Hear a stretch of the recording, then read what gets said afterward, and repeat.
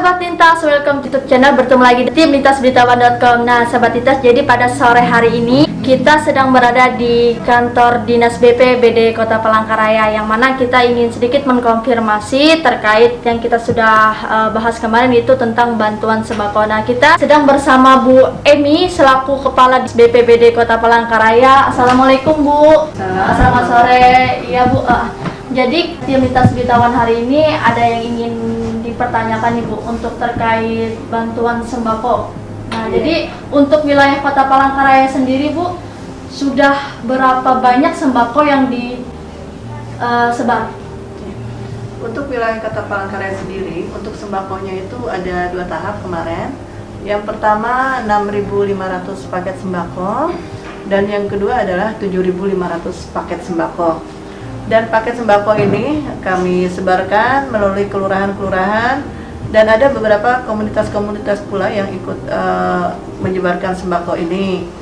Nah, jadi karena BPBD sendiri adalah pengadaan sembako, sedangkan untuk penyalurannya itu kebanyakan itu adalah lewat kelurahan masing-masing. Dan diharapkan kelurahan-kelurahan menyalurkan sembako ini kami harapkan tepat sasaran. Jadi itu yang kami harapkan dari adanya paket sembako ini, bisa meringankan beban warga masyarakat Kota Palangkaraya, karena saat ini kita tahu bahwa kita menghadapi wabah pandemi, wabah bencana non alam COVID-19 yang tentunya saat ini sangat meresahkan warga masyarakat. Baik pemirsa Lintas Berita, bahwa saat ini memang kita sedang PSBB, karena sebelumnya dari tanggal 17 Maret sampai 21 Maret pemerintah Kota Palangkaraya menetapkan siaga COVID-19 Kota Palangkaraya, dan Bapak Wali Kota udah menerbitkan SK gugus COVID-19 Kota Palangkaraya, yang ketuanya adalah Bapak Wali Kota Palangkaraya, sedangkan saya selaku Kepala BPBD adalah sebagai Ketua Harian untuk penanganan COVID-19 di Kota Palangkaraya. Pada tanggal 21 Maret 2020 yang lalu, itu ada 1 pasien positif COVID-19, sehingga status di Kota Palangkaraya menjadi status tanggap darurat. Dan pada saat status tanggap darurat, tim gugus COVID-19 ini bersama dengan tim relawan dalam gugus tugas sudah bekerja selama hampir 2 bulan ini, lebih malah saya kira, itu sudah melaksanakan sosialisasi kepada warga masyarakat, yaitu social distancing, rajin mencuci tangan, pola hidup bersih dan sehat, dan juga pemakaian masker. Hanya rupanya warga masyarakat ada yang kurang sadar. Dan dalam tim kami itu ada tim patroli dan pengamanan, itu adalah melakukan pembubaran dan penutupan hiburan malam, seperti karaoke sudah kita tutup. Setelah itu ada warnet dan juga rumah makan, kafe-kafe itu memang kami anjurkan untuk ditutup. Kalaupun dibuka itu adalah take away, kita beli di tempat langsung dibawa pulang, jadi tidak ada untuk makan di tempat tersebut.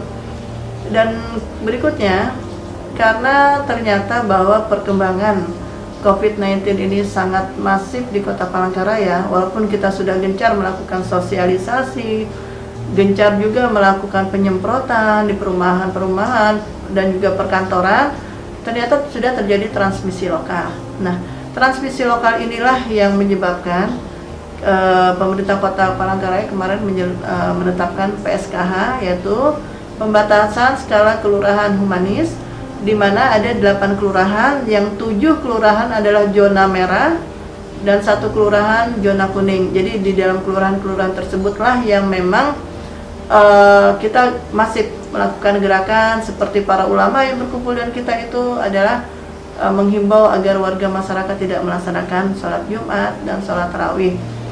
Walaupun memang masih ada beberapa, tetapi kita berharap bahwa ini adalah yang disadari masyarakat. Dan juga untuk gereja-gereja sudah tidak melakukan ibadah setiap hari minggunya, karena memang adalah dari protokol COVID-19 ini. Perlu Bapak dan Ibu permisa atau yang remaja ini, kenapa hal ini bisa terjadi?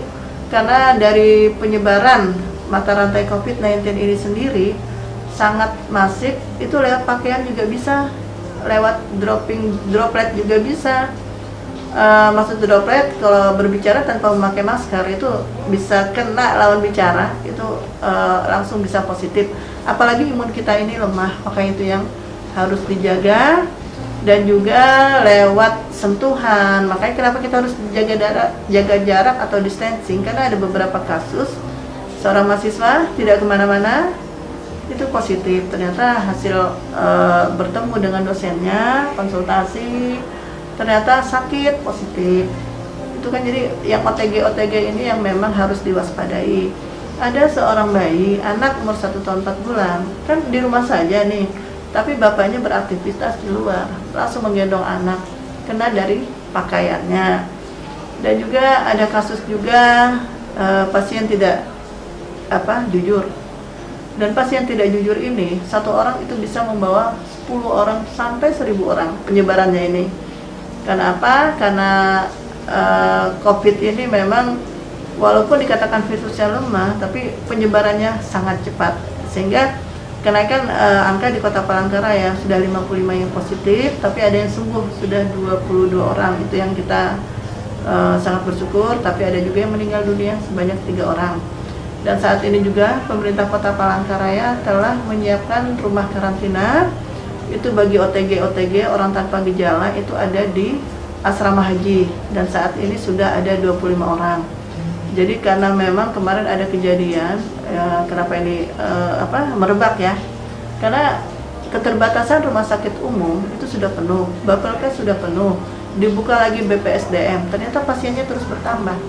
Nah makanya untuk mengatasi hal ini, orang yang sudah kontak erat tuh maksudnya sudah berhubungan sangat dekat dengan, misalnya kita ngobrol begini pun airborne bisa, ini kan dalam ruangan nih, makanya kenapa harus pakai masker? Airborne kalau saya buka gitu kan, minum. Jadi saya ngomong itu udara itu bisa langsung masuk. Itu bahayanya dari COVID-19 ini. Jadi sambil menunggu hasil swab di karantina di rumah sakit haji. Karena kejadian kemarin ambil swab isolasi mandiri di rumah ternyata positif. Nah, pasien yang positif ini kan sudah kesana kemari, sudah bersosialisasi ke tetangga, dan ini sudah terjadi. Tetangga kena juga positif. Nah makanya kalau orang sudah diambil swab, kontak-kontak erat ini diamankan di asrama haji. Dan kita berharap bahwa ini bisa memutus mata rantai. PSBB ini diberlakukan sebenarnya adalah untuk masyarakat sendiri, untuk menjaga masyarakat. Makanya saya mohon pengertian dari masyarakat, minta tolong kerjasamanya, dan saya juga mengucapkan terima kasih kepada warga masyarakat yang sudah mengikuti protap anjuran pemerintah supaya keluar memakai masker, membatasi kita berkunjung kemana-mana, terus ada pembatasan jam malam. Kita berharap bahwa COVID-19 ini bisa terputus mata rantainya, jadi kan berhenti sampai di situ saja. Sedangkan untuk PSBB ini sendiri sifatnya humanis. Humanisnya apa? Kita masih tidak menutup semua aktivitas masyarakat berjualan dipersilakan, tidak kita tutup, hanya kita batasi saja jam bukanya sehingga masyarakat bisa istirahat, karena memang untuk COVID-19 ini tergantung imun tubuh kita lagi kan itu. Dan saat ini pun ada puskesmas yang sudah ditutup karena ada yang terpapar dari petugas medisnya. Bisa dibayangkan petugas medis terpapar, memegang-megang pasien lagi, kita berpikir berapa lagi pasien yang akan meledak, kan seperti itu. Nah makanya saya berharap pada warga masyarakat Kota Palangkaraya, mungkin ini kalangan muda ya yang banyak melihat, tolonglah sama-sama pemerintah Kota Palangkaraya kita happy fun di rumah, mendekatkan diri dengan keluarga di rumah, sambil kita tidak banyak beraktivitas keluar. Kita bisa main TikTok sendiri kan, main game atau apa yang disukai oleh generasi muda. Jadi kita bisa ciptakan game atau TikTok yang lucu-lucu selama di rumah kan itu. Jadi jangan banyak keluar, jangan nongkrong di kafe dulu. Yakinlah bahwa kalau kita bisa bersama bersatu padu untuk mengatasi peredaran mata rantai COVID-19 ini bisa putus. Itu yang kita harapkan, sambil kita berdoa semoga musibah ini, pandemi corona ini cepat berakhir di Kota Palangkaraya. Demikian, terima kasih. Kalau dari warga masyarakat bisa bersama-sama lah dengan pemerintah kota. Nah, itu dia sahabat Lintas, sudah kita dengarkan bersama-sama penjelasan dan juga harapan Ibu Emi selaku Kepala Dinas BPBD Kota Palangkaraya untuk pesannya khususnya masyarakat Kota Palangkaraya, tolonglah anjuran pemerintah itu ditaati. Ini semua bukan karena apa, itu untuk kalian semua juga.